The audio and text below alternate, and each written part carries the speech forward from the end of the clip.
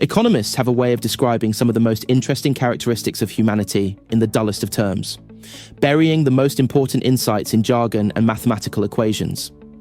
So in this video, I'm going to clearly describe the most important principle in economics in a practical way, using examples to illuminate it in a way even economists will find refreshing. The truth is, this principle isn't a secret, but it is deeply misunderstood and underestimated, and I genuinely believe that it's not an exaggeration to say that, if you apply what you learn from this short video, you will either 1. Improve your career, or 2. Become rich beyond your wildest dreams, or 3, and probably much more likely, achieve something in between.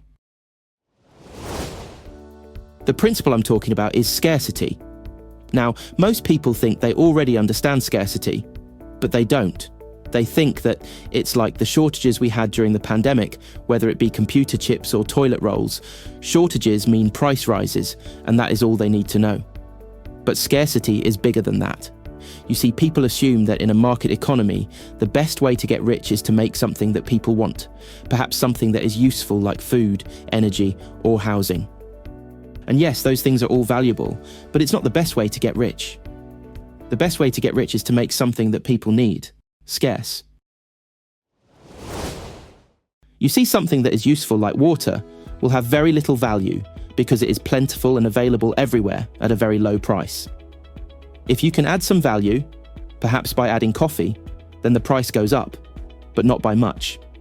However, if you can limit supply, perhaps by gaining the sole license to sell in a busy airport or train station, then your product becomes much more valuable. You see, the idea that something like water or coffee or anything has an inherent value is deeply flawed. The price is as dependent on the condition of the customer as on the quality of the product. Consumers will pay a premium as long as there are no competitors to undercut your business. Now, the exact same principle applies to your career. Most people try to be useful to please their boss, but being useful is just the starting point. The real advantage is adding a skill that everyone wants but few people have. That means you are in demand and short supply. Like a Starbucks matcha latte at Heathrow Airport. Think about it. Today, having a degree is a good signal to a potential employer that you would make a competent employee. But there are millions of unemployed new graduates looking for jobs, and that makes it difficult to stand out. A qualification in AI would probably boost your chances of finding a good job quickly.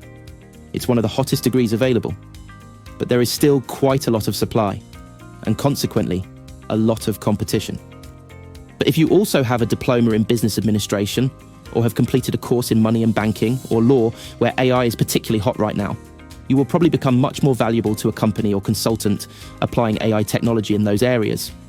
Similarly, a doctor who also has a qualification in law may be very useful to an American hospital, or a teacher who has experience building online learning platforms. They can scale their impact to millions of students worldwide.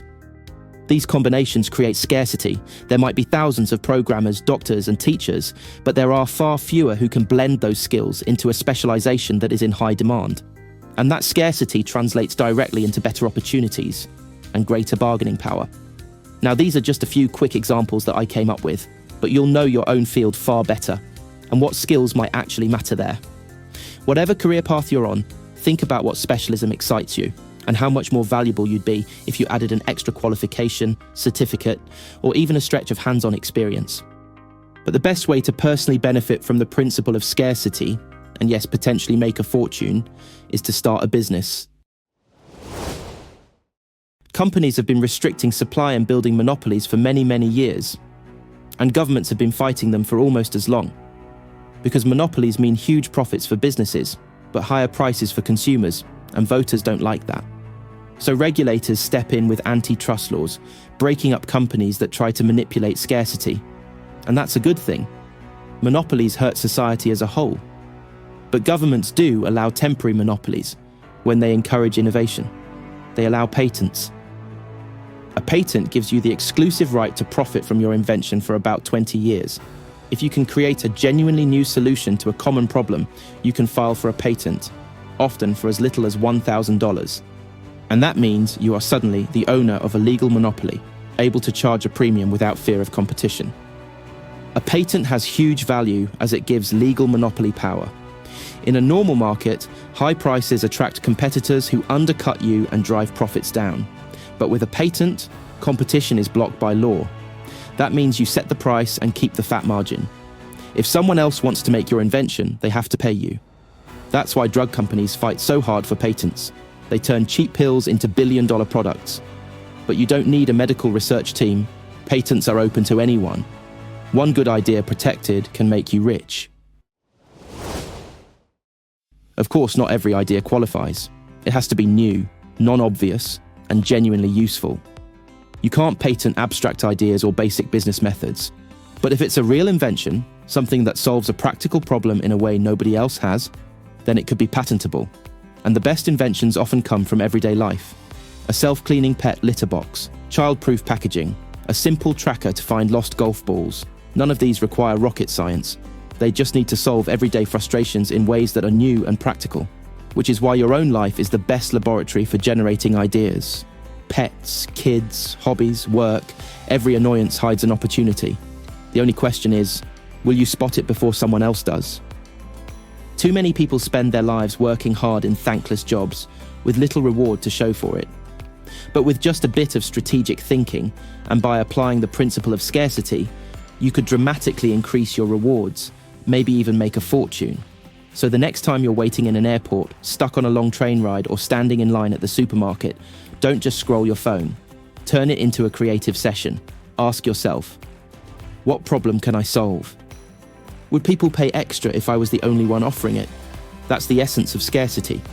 And in economics, scarcity is power. Owning a monopoly is the surest way to make real money. And for the little guy, owning a patent is one of the very few ways to tilt the odds in your favor. I hope you enjoyed this video. If you did, then please like, subscribe, and follow. Thanks for watching.